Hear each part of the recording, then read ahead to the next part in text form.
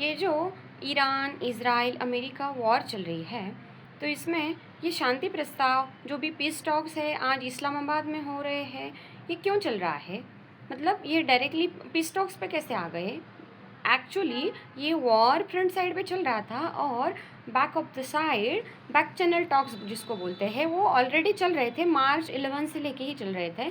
तो इसमें यूएस के सपोर्ट से, बट बहरीन ने एक रिजोल्यूशन लाया था यूएन में, यूनाइटेड नेशंस सिक्योरिटी काउंसिल जिसको बोलते हैं। इसका सिंपल सी भाषा में मतलब क्या है? पूरे दुनिया की पंचायत, जहाँ पे पूरी दुनिया के शांति की चीज़ें डिस्कस की जाती है, शांति कैसे लाए और अलग अलग चीज़ें डिस्कस की जाती है। तो वहाँ पे बहरीन ने सऊदी, कतार, यूनाइटेड अरब अमीराट्स, कुवैत, इनके ऊपर जो भी ईरान के अटैक्स हो रहे हैं, तो बोला कि जो अटैक्स हो रहे हैं ये इनह्यूमन है और ये सिक्योरिटी को वायलेट करते हैं, पूरी दुनिया में भी ये सिक्योरिटी एंड पीस का वायलेशन कर रहे हैं। तो ईरान के अटैक्स ये इलीगल है और वायलेट्स करते हैं पॉलिसीज़ को। ऐसा एक बहरीन ने रिजोल्यूशन लाया था यूएन में पास करने के लिए, बट एक्चुअली वो बहरीन का नहीं था, ये था यूएस का ही। बस बोल सकते हैं कि बंदूक यूएस की थी, कंधा बहरीन का था। तो ये रिजोल्यूशन बहरीन ने लाया तो वो फेल हो गया। मतलब उस टाइम पे उसको वोटिंग नहीं मिला, बहुत सारे लोगों ने उसके फेवर में वोटिंग नहीं किया, कुछ थे उन्होंने वोटिंग किया फेवर में, बाकी लोगों ने उसको एब्सटेन कर दिया, रशिया और चाइना ने वापस से। और उसको दूसरा रिजोल्यूशन उसी का मॉडिफाइड फॉर्मेट बहरीन की तरफ से अगेन लाया गया, उसमें और डिस्कशन हुआ। और अभी अप्रैल में फर्स्ट वीक में जो भी डिस्कशन हुआ, तो यूनाइटेड काउंसिल में उसको 11 या 12 ऐसे कंट्रीज़ है, मेंबर्स कंट्रीज़ है, उन्होंने उसके फेवर में, मतलब यस वाले में फेवर में वोट किया। लेकिन उसमें यूएस भी था, सबसे पहले यूएस ने वोट किया। एक्चुअली वो यूएस ने ही लाया हुआ था, बस बहरीन प्रेजेंट कर रहा था, ऐसे बोल सकते हो। और जो गल्फ़ कंट्रीज़ है उनकी साइड लेके ऐसा वाला, मतलब उनकी साइड से दिखाया गया था और बहरीन प्रेजेंट कर रहा था, बट एक्चुअली वो यूएस का ही था। ये सिंपल सी भाषा में समझ सकते हो। तो उसके फेवर में यूएस ने और दूसरे ऐसे 11 कंट्रीज़ है, उन्होंने फेवर में वोट किया। और जैसे आपको पता ही है कि रशिया तो उसके वीटो पावर ही यूज़ करेगा, वीटो मतलब नहीं बोल देगा, उसके फेवर में वोट नहीं करेगा। तो रशिया ने, और एक सरप्राइजिंग एलिमेंट बाहर सामने आया कि एक दूसरा कंट्री चाइना, ये दोनों ने, रशिया और चाइना ने भी उसके फेवर में वोट नहीं किया, वीटो पावर यूज़ किया। वीटो मतलब जो भी तुम बता रहे हो, जो भी तुम्हारा रेजोल्यूशन है वो रॉन्ग है, हम इसके फेवर में नहीं है, हम इसको कंडेम करते हैं, हम सपोर्ट नहीं करते, समर्थन नहीं करते। तो रशिया तो ऐसे भी करने वाला था, क्योंकि जो भी चीज़ यूएस को मतलब हाँ बोलता है, उसमें रशिया ना ही बोलता है, ये यूएस को भी पता था। लेकिन चाइना क्यों? क्योंकि चाइना को स्ट्रेट ऑफ हॉर्मुज से तो फ़ायदा ही होता, ये सब पूरा पीस होने के बाद यूएस के भी होता, चाइना को भी होता। बट अभी जो वॉर चल रही, इसमें वॉर या तो बोल सकते हो, जब वो ईरान के ऊपर यूएस का कंट्रोल नहीं है, तब चाइना को ज़्यादा फ़ायदा हो रहा है। चाइना 90% जो भी oil and petrol diesel energy है वो ईरान से लेता है। अगर ये फेवर में आ जाता, सब कुछ नॉर्मलाइज हो जाएगा, तो चाइना का नुकसान हो जाएगा, क्योंकि उसमें यूएस भी बीच में आ जाएगा। मतलब यूएस भी ईरान के ऊपर कंट्रोल कर सकता है, ऐसा ही कुछ है रीज़न।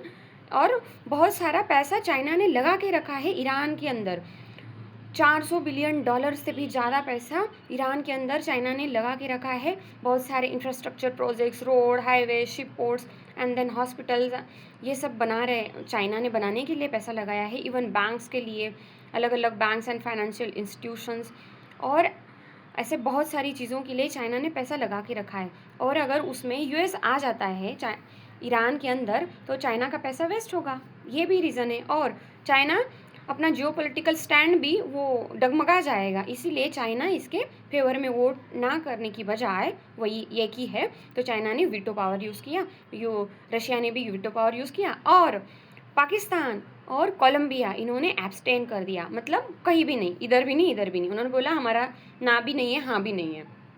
तो ये स्ट्रेट ऑफ हॉर्मुज ओपन किया जाए, और जो भी सारे गल्फ कंट्रीज़ के ऊपर ईरान वॉर मिसाइल अटैक कर रहा है, ये सब बंद हो जाए, इसके लिए एक्चुअली ये बहरीन का रिजोल्यूशन था। इसको गल्फ रिजोल्यूशन भी बोलते हैं या बहरीन रिजोल्यूशन भी बोल रहे हैं।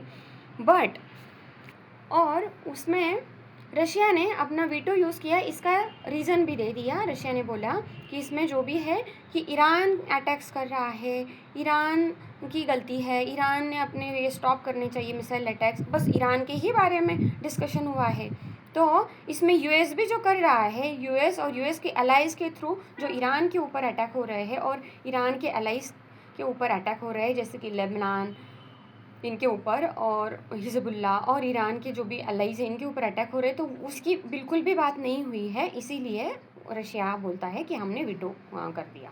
तो यही है गाइस, जो पॉलिटिक्स समझना बहुत डिफ़िकल्ट है, समझना डिफ़िकल्ट इन द सेंस ये लोगों के ऊपर, हम जियो पॉलिटिक्स में किसी भी कंट्री के ऊपर भरोसा नहीं कर सकते। कोई इधर मतलब कब वो पलटी मार देंगे, बाजी पलट देंगे पता नहीं। और इस सब में उभर के आ रहा है, सब लोगों को लग रहा है पाकिस्तान बड़ा पीस टॉकर का रोल निभा रहा है और वो रिजोल्यूशन तो पास नहीं हुआ। दूसरे साइड में पाकिस्तान बोलता है मैं बीच में आता हूँ, मैं शांति कराता हूँ। ऐसा कुछ भी नहीं है। पाकिस्तान ईरान को बस उल्लू बना रहा है। पाकिस्तान यूएस से पैसा गिन लेगा, अपना इकोनॉमी जो डूब रहा है, वो पाकिस्तान का जो इकोनॉमी डूब रहा है, वो थोड़ा भीख में पैसा मांग लेगा यूएस से, और यूएस का पैसा खा के ईरान के साथ ये दगाबाजी करेगा, धोखेबाजी करेगा। देख लेना दोस्तों, मैं ये कह रही हूँ, ये आगे जाके आपको पता चलेगा। बस ईरान के साथ वो ऊपर फ्रेंडली टॉक्स दिखाता है, बट ईरान को ये धोखा देगा या दगाबाजी करेगा। तो गाइस, इन सब में से हमें ये की समझ आ रहा है कि आज के टाइम में कोई एक सुपर पावर नहीं बची है, यूएस भी नहीं है और कोई भी ऐसी सुपर पावर एक बची नहीं है। अब चाइना बीच में आया है और चाइना भी एक बड़ी सुपर पावर बन के उभर के आया है। अब चाइना को कोई बीट नहीं कर सकता। चाइना बहुत पैसा लगाता है अलग अलग कंट्रीज़ में, जैसे श्रीलंका के वो पोर्ट बनाता है, श्रीलंका में, बांग्लादेश में, पाकिस्तान में, अलग अलग कंट्रीज़ में, अभी ईरान में वो चाइना पैसा देके इंफ्रास्ट्रक्चर बिल्ड करता है और चाइना एक बहुत बड़ी सुपर पावर बन के उभर के आया है।